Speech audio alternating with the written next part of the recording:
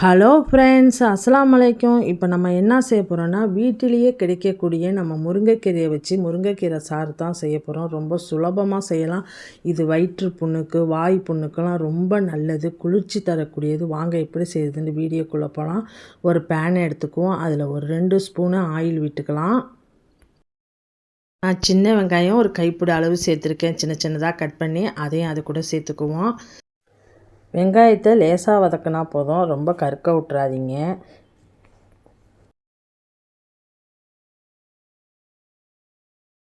முருங்கைக்கீரையில் சத்து அதிகமாக இருக்குது, ஆனால் சாரும் சூப்பராக இருக்கும். இப்போ பட்டை மிளகாய் 2 கிள்ளி போட்டுக்குவோம். நான் ஒரு மிளகா தான் 2ஆக உடச்சி சேர்த்துக்கிட்டேன்.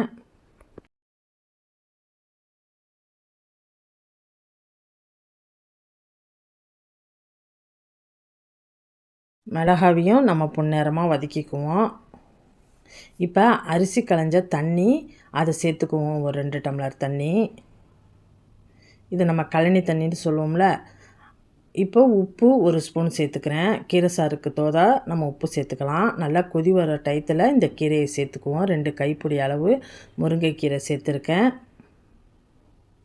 இது 10 நிமிஷத்தில் வெந்துடும் முருங்கைக்கீரை.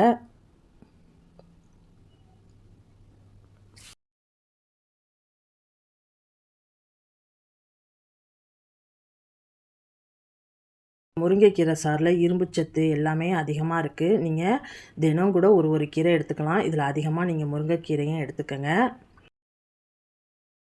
நான் தேங்காய் 1 எடுத்து அது ஃபஸ்ட்டு பால் தான் சேர்த்துருக்கேன். இந்த முருங்கைக்கீரை சாத்துக்கு இந்த தேங்காய் பால் தான் ரொம்ப நல்லாயிருக்கும். இந்த தேங்காய் பாலும் இந்த முருங்கைக்கீரை சாறை தான் நமக்கு வயிற்றுப்புண்ணு, வாய்ப்புண்ணெல்லாம் சீக்கிரமாக குணப்படுத்தும்.